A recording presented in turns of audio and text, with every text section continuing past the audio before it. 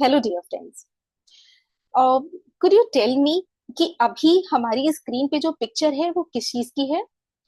Dear friends, in our bid to complete the entire course of polity within a duration of 3 months, in my last session I told you that bicameral legislature क्या होता है, government क्या होती है, what are the different organs of government, ये सब हमने study किया था। जब हमने बाइकैमरल लेजिस्लेचर स्टडी किया था तब हमने समझा था कि हमारे लेजिस्लेचर के टू पार्ट्स होते हैं। लेजिस्लेचर को हम पार्लियामेंट भी कह सकते हैं, क्योंकि लेजिस्लेचर एक लॉ मेकिंग बॉडी है और पार्लियामेंट के दोनों हाउसेस मिलकर ही लॉ बनाते हैं। तो डियर फ्रेंड्स, नाउ हम ये स्टडी करने वाले हैं कि पार्लियामेंट क्या होती है और इसके कितने अंग होते हैं। Dear friends, to put it in simple words, parliament is an apex legislative body in our country where any idea to make a law is proposed। मतलब ये कि हमारे देश में कोई भी कानून बना है वो कहाँ प्रेजेंट होगा, तो वो पार्लियामेंट में प्रेजेंट होगा। अब पार्लियामेंट के कितने पार्ट्स होते हैं? Who all are the members of parliament? Dear friends, president is the head of the parliament, though he is not a member of either the Lok Sabha or the Rajya Sabha। कहने का मतलब ये है कि हमें पता है कि पार्लियामेंट के मेंबर्स में प्रेसिडेंट, लोकसभा और राज्यसभा होते हैं, लेकिन प्रेसिडेंट लोकसभा और राज्यसभा के मेंबर नहीं हो सकते।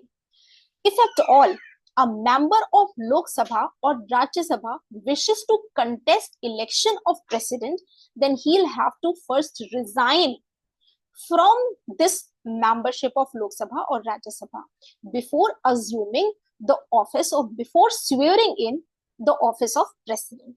कहने का मतलब ये कि अगर आप लोकसभा या राज्यसभा के मेंबर हैं भी, तब भी आपको प्रेसिडेंट बनने से पहले, प्रेसिडेंट की शपथ लेने से पहले लोकसभा या राज्यसभा की मेंबरशिप से रिजाइन करना पड़ता है। डियर फ्रेंड्स, हमने ये तो समझा कि प्रेसिडेंट हमारे पार्लियामेंट के हेड होते हैं। अब वो ऐसे कौन कौन से काम हैं जो in the capacity of president और द हेड ऑफ पार्लियामेंट करते हैं? फर्स्ट ऑफ ऑल, पार्लियामेंट को इनॉग्रेट करने का काम, किसी सेशन की शुरुआत करने का काम हमारे प्रेसिडेंट ही करते हैं। जनरल इलेक्शंस के बाद जब सबसे पहले पार्लियामेंट को एड्रेस किया जाता है तो वो प्रेसिडेंट करते हैं।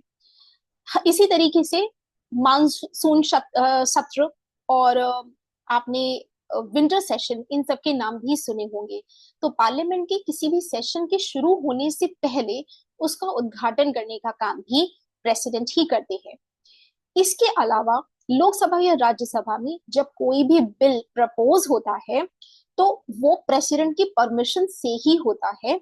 किसी भी सेशन को प्रोरोग या कैंसिल करने का काम भी प्रेसिडेंट ही करते हैं, और लोकसभा को डिसॉल्व भी कर सकते हैं प्रेसिडेंट। जब पार्लियामेंट अपने सेशन में नहीं है, इसे आप सिंपली इस तरीके से समझिए कि जब हमारा स्कूल की छुट्टी है या पार्लियामेंट जब सेशन में नहीं है, तब भी अगर कानून बनाना पड़ता है तो कानून, उस शॉर्ट ड्यूरेशन के लिए बने हुए कानून को ऑर्डिनेंस के नाम से जाना जाता है। मतलब ये, जब पार्लियामेंट सेशन में नहीं है तब भी हमारे प्रेसिडेंट कानून बना सकते हैं, जिसे ऑर्डिनेंस कहा जाता है, और इसकी वैलिडिटी 6 मंथ्स होती है।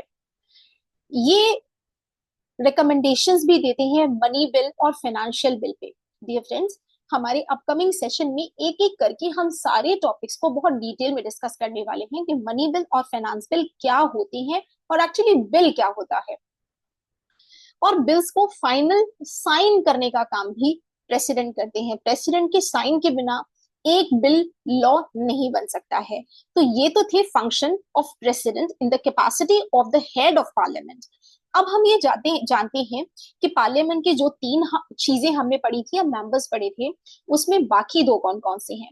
तो डियर फ्रेंड्स, पार्लियामेंट का दूसरा इंपॉर्टेंट जो ऑर्गन या मेंबर है वो है लोकसभा। हम इसे पहले भी पढ़ चुके हैं कि लोकसभा को हम पॉपुलरली हाउस ऑफ पीपल भी कहते हैं। It is just because of the simple reason that the members of Lok Sabha are directly elected by the people of our country. एक इंपॉर्टेंट चीज आपको बता दूं कि कहीं पर आपको लोकसभा की मैक्सिमम मेंबरशिप 552 मिलेगी, कहीं 543।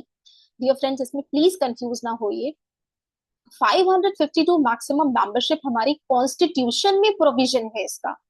मतलब ये कि हमारी कॉन्स्टिट्यूशन में maximum ceiling of the members of Lok Sabha is fixed at 552. But at present, we have 543 seats or constituencies in Lok Sabha. This is the maximum number. और मैंने अपनी लास्ट वीडियो में आपको एक मैप के through show किया था कि कॉन्स्टिट्यूएंसीज या सीट्स क्या होती हैं। Actually in the entire country is divided into different constituencies which is on the basis of demography. Demography कैसे कि जिस स्टेट की ज्यादा पॉपुलेशन है उसमें लोकसभा कॉन्स्टिट्यूएंसी से सीट्स ज्यादा होंगी, और जिसकी कम है उसमें लोकसभा की कॉन्स्टिट्यूएंसीज कम होंगी। प्रपोर्शन की अगर बात करें तो 15 लाख लोगों के पीछे लोकसभा की एक कॉन्स्टिट्यूएंसी होती है। और ये किस स्टेट में सबसे ज्यादा है? तो Lok Sabha Uttar Pradesh at present has the highest number of constituencies in Lok Sabha election, that is 80, right. अब हम क्वालिफिकेशन की बात करते हैं कि लोकसभा का मेंबर बनने के लिए आपको क्या क्वालिफिकेशंस चाहिए। जो फर्स्ट क्वालिफिकेशन है, that a person should be a citizen of India. This is invariably the most important qualification for holding any important position in our country. आप किसी भी कॉन्स्टिट्यूशनल पोजीशन की बात करेंगे तो उसमें सबसे पहले you should be a citizen of our country. Second is you should be above 25 years of age. The third is you should not have been convicted or proved a criminal by any court of law. मतलब ये कि आपको किसी भी Indian court या बाहर की court द्वारा क्रिमिनल घोषित ना किया गया हो, आपको कभी भी इनकार्सरेशन मींस जेल ना हुई हो। इसके अलावा you should not be an insolvent. मतलब ये हुआ कि किसी भी बैंक के द्वारा आप कर्ज चुकाने में असमर्थ घोषित ना हुए हो। आपने ये ना कहा हो कि मैं इंसॉल्वेंट हूं और मैं आपका कर्ज चुकाने में असमर्थ हूं, ये भी ना हुआ हो।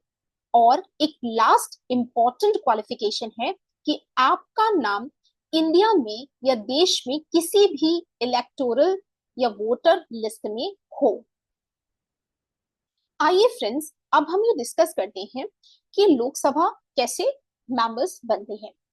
फ्रेंड्स, जब हमने 543 सीट्स की बात करी थी तो हम एक एक इंडिविजुअल सीट से ये समझेंगे कि गवर्नमेंट कैसे बनती है, लोकसभा के मेंबर कैसे बनते हैं। सबसे पहले जब इलेक्शन हो जाते हैं, you people and I go to vote, right? We all the citizen of India, whoever is above 18 years of age, we go to cast our vote. In votes की जब वोटिंग कंप्लीट हो जाती है तो इन votes की counting होती है, और उस कॉन्स्टिट्यूएंसी में जिस पॉलिटिकल पार्टी के मेंबर को सबसे ज्यादा वोट्स मिलते हैं वो जीत जाता है। इसी तरीके से सारी 543 सीट्स पर वोट्स की काउंटिंग होती है। और ऑब्वियस ही बात है कि किसी एक पॉलिटिकल पार्टी के लिए पॉसिबल नहीं है कि 543 में 43 सीट सभी पर वही जीते। तो इसका मतलब ये हुआ कि टोटल नंबर ऑफ कॉन्स्टिट्यूएंसीज में से कुछ पॉलिटिकल पार्टी 100 सीट्स पे जीतेंगी, कुछ 200 पे जीतेंगी, कुछ 50 पे जीतेंगी, कुछ 3 पे जीतेंगी, कुछ 5 पे जीतेंगी। This is for an example. तो इस तरीके से सारी कॉन्स्टिट्यूएंसीज को जोड़कर ये देखा जाता है कि किस पॉलिटिकल पार्टी ने किस किस कॉन्स्टिट्यूएंसीज या टोटल नंबर ऑफ कितनी कॉन्स्टिट्यूएंसीज पे लोकसभा इलेक्शंस में जीत हासिल करी। अगर कोई भी पॉलिटिकल पार्टी सिंपल मेजोरिटी से लोकसभा इलेक्शन में कॉन्स्टिट्यूएंसीज पे जीत जाती है तो उसे प्रेसिडेंट इनवाइट करते हैं गवर्नमेंट बनाने के लिए। सिंपल मेजोरिटी का मतलब होता है 50% ऑफ द टोटल सीट्स। अगर 543 टोटल सीट्स हैं तो उसका 50% 272 होता है। तो अगर कोई एक पॉलिटिकल पार्टी 543 में से 272 सीट्स पर जीत जाती है तो वो एब्सोल्यूट मेजॉरिटी से इलेक्शंस में जीती है और उसे प्रेसिडेंट इनवाइट करते हैं। तो डियर फ्रेंड्स, ये तो एक सिचुएशन रही कि कोई एक पॉलिटिकल पार्टी सिंपल मेजोरिटी से लोकसभा इलेक्शन जीत गई है। लेकिन अगर सिचुएशन इसकी रिवर्स हो, मतलब एक political party less than 272 seat पर जीती हो, तो इस तरीके की गवर्नमेंट को हम क्या कहेंगे? डियर फ्रेंड्स, मैं अपने अगले सेशन में आपको बताऊंगी कि इस तरीके की गवर्नमेंट को हम क्या कहते हैं। तब तक के लिए स्वस्थ रहिए, मस्त रहिए, सशक्त रहिए। Thank you very much.